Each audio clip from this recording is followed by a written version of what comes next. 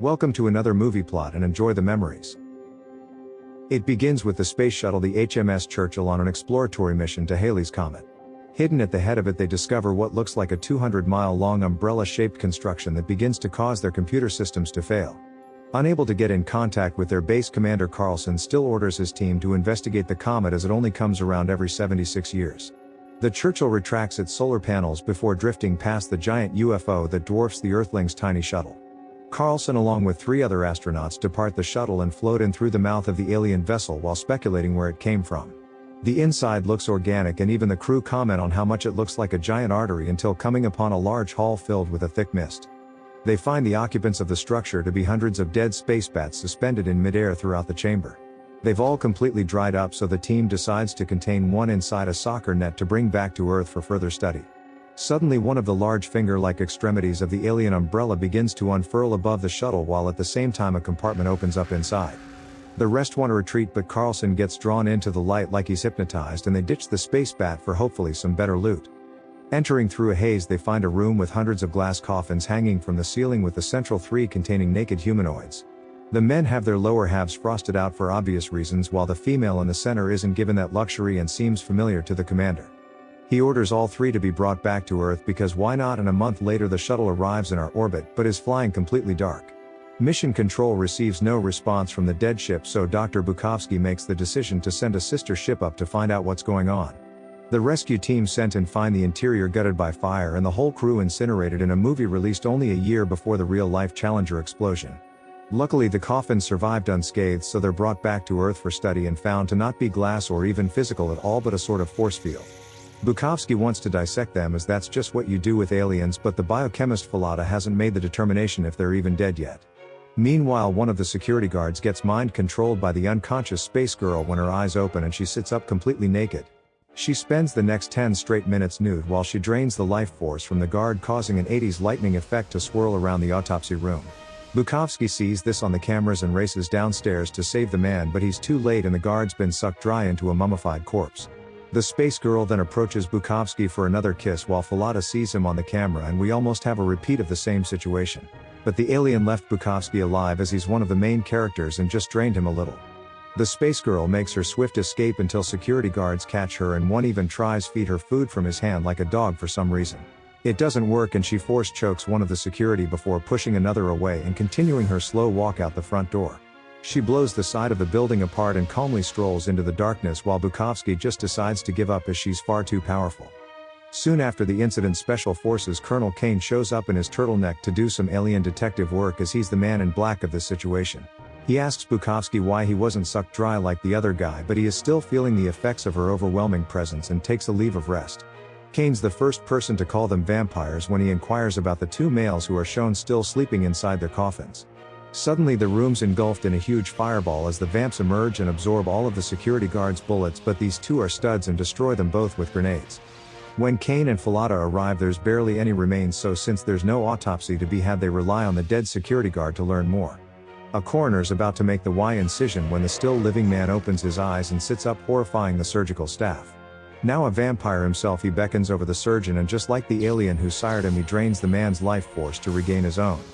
His shriveled exterior reverts back into the youthful guard's appearance before his comrades arrive to drag away the confused man for research. Just then Caine receives a phone call on his brick to inform him that someone's discovered a corpse in a nearby park, and rest assured she's been sucked dry. Now that the space girl has a set of clothing, the boys give up the search and take the body back to the lab where the reanimated security guard's going crazy. He's starving for more life force juice and unable to obtain any, he reduces into a dried up husk that crumbles into dust when poked with a stick. In the cell next to him is the surgeon who he drained of life only 2 hours ago, and since it hasn't fed either he charges into the cage, exploding into dust. Presuming the girl's corpse from the park's also going to come back to life, they strap her to a table and sure enough the dummy's eyes open. The starving vampire then struggles for a moment before the heart rate monitor flatlines and she explodes into a cloud of ashes. Bukovsky re-enters the movie to tell the other 2 that the missing escape pod from the HMS Churchill has just crash-landed in Texas. A recovery team find a still living Commander Carlsen inside, so after he gets cleaned up he attends a meeting with the bosses to give them the rundown. Asked to go over the events in space, he explains that they found the coffins in a mystery spacecraft and try to bring them back to Earth. All of his crew members were drained of their life force, and when it was down to just Carlsen, he decided to set the ship on fire and use the escape pod for its namesake. He intended to destroy the vampires, but the trio inform him that the space girl survived the fire and is now causing chaos on Earth. They allow the commander to get some rest while Caine monitors him on the cameras and gets informed by Bukovsky, the latest from NASA. Apparently the alien structures detached itself from the comet and is headed straight for Earth, but nobody in this movie ever seems to be worried. Carlsen's having a restless sleep when the vampire woman visits him, so the two naturally begin sucking face. She then gets aggressive and drains his life force before Carlsen wakes up screaming in bed, having just been experiencing a nightmare.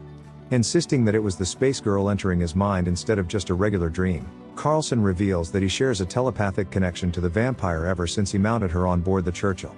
Apparently Fallada is also a hypnotist and puts Carlsen under in an attempt to locate the alien inside his dreams. She's found a way to insert her consciousness inside humans and now controls the body of a woman named Ellen to keep a low profile. She stopped killing to prevent leaving a trail and found a new way to feed, which doesn't produce corpses but still requires the spreading of her legs. Carlsen recites Ellen's plate number, and while they begin the search, Caine wonders where the location of the space girl's original body is. That night Fallada receives a tissue sample from one of the exploded male vampires, but before he has time to study it, he has a visit from a stranger. Meanwhile, Caine and Carlsen visit an insane asylum where Dr. Armstrong escorts the pair to the room being stayed in by Ellen. She checked herself in after regaining control of her body and allows the visitors inside when they assure her that they just want to talk. But Carlsen slaps her, insisting that the space girl's still inside the poor woman, who legitimately has no clue what he's talking about. It gets unnecessarily weird when Carlsen reads this woman's mind, and for some reason she actually wants this strange man to abuse her for information. He throws the masochist around, pleasing her enough to reveal the identity of the new host, but probably the weirdest part is that Caine watches from a seat in the corner. Instantly falling asleep, Carlsen then describes the individual to Armstrong, who recognizes him as another patient in the facility by his birthmark. When they enter his solitary confinement to sedate the man, Carlsen grabs Armstrong while Caine injects him in the arm with a syringe. They claim to the doctor that Armstrong just needed his medication as he dramatically wails away before collapsing to the ground unconscious. Carlsen figured out that Armstrong was possessed by the vampire when the doctor bumped him earlier and attempts to get the information out of him to her location. He doesn't answer as the doctor, but the space girl's consciousness takes control instead to telepathically explain some more of the plot. The last 3 space bats from a dying race had read the minds of the astronaut visitors upon their arrival and took human appearances that would please them. The females taken directly from Carlsen's imagination of the perfect woman, which is why she seemed familiar, and also explains how the aliens can speak English. He demands to know where her body is, but the space girl forces Carlsen to kiss Armstrong, bringing the room to life again with space magic. Caine's knocked onto his backside but manages to get up and injects Armstrong with enough sedatives to kill a rhino. The room falls silent again as the vampire's consciousness gets trapped away and Carlsen survives, having extracted some new information. It isn't exactly a secret, as the alien girl's body's in London, where she has already begun converting the population into a type of mindless zombie. Taking a sedated Armstrong with them, Carlsen and Caine board a helicopter to the capital, as the vampire's body would clearly be in the center of the sky beam. They receive a call from Fallada, who says that the 2 male vampires didn't die from the explosion and just transferred their consciousness into nearby soldiers. He managed to kill the one that attacked him by driving a lead rod into what he calls the energy center 2 inches below the heart. Suddenly blood begins streaming out of every orifice in Armstrong's face as the space girl begins to depart his body. It forms into the shape of the vampire before splashing to the ground, causing the pilot to almost lose control and crash in his distraction. It's now when Carlsen insists that she loves him, but Caine reminds him that she isn't even a human nor technically a woman. They arrive at London while it's in a state of emergency and attempt to speak with the Prime Minister, but he doesn't look in the best of shape. He pulls away his secretary for a moment and doesn't try too hard to conceal the fact that he's sucking the life force out of her. The pair run back to the chopper, where 2 of the zombie-like infected attempt to jump on board but are knocked off by Caine with a flare gun. The pair land on the edge of town as it's now under quarantine, and the commander says he's authorized to nuke the city if they can't get this plague under control. We can see a blue light in the distance, which Carlsen says is the alien spaceship sucking up all of the people's life force to store inside the umbrella. It's all being channeled through the space girl's body, which lies on a marble tomb beneath a cathedral in the center of the city. He says that she mated with him on the Churchill to obtain his knowledge about Earth, but didn't mean to give him powers, and now draws him to her to take them back. Carlsen then takes off alone towards the space girl, while Caine could convince the commander to take off his pants if he didn't just need his car keys and gun. He tries to save Fallada instead, who's staring out over the burning London with the male vampire still impaled beside him. He reveals himself to contain the consciousness of the alien but doesn't attack Caine, just allows himself to die, expelling his life force into the air. Caine follows it through the chaotic city where it joins an even larger group of souls that are zooming through streets and ripping the life from everyone it passes. It leads him all the way to the cathedral where the second male alien stands outside, absorbing what he wants while protecting the female. Inside, Carlsen has already found the source of the light and enters a crypt beneath the building where the space girl's lying on her tomb. She gets up and expresses how much she wants to be with Carlsen and makes a very convincing offer to join her since the world's about to end. The vampire guarding the door doesn't even bother to put up a fight, and Caine just impales him with the iron rod, getting knocked back in the process. Hitting the vampire directly in his energy center, the man transforms into the giant space bat, but then just explodes.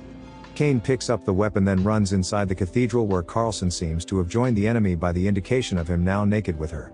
She says something cryptic about him always being one of them, but he gets distracted by Caine shouting from above. He tosses down the iron dagger to Carlsen, who shoves it through the back of the space girl but also through himself. The vampire woman lets out a scream as the two blast off like a rocket through the cathedral, leaving behind Caine and a city of corpses. They fly all the way up to the alien umbrella and are shown kissing above the now filled glass coffins while the ship returns to Halley's Comet. And the movie ends.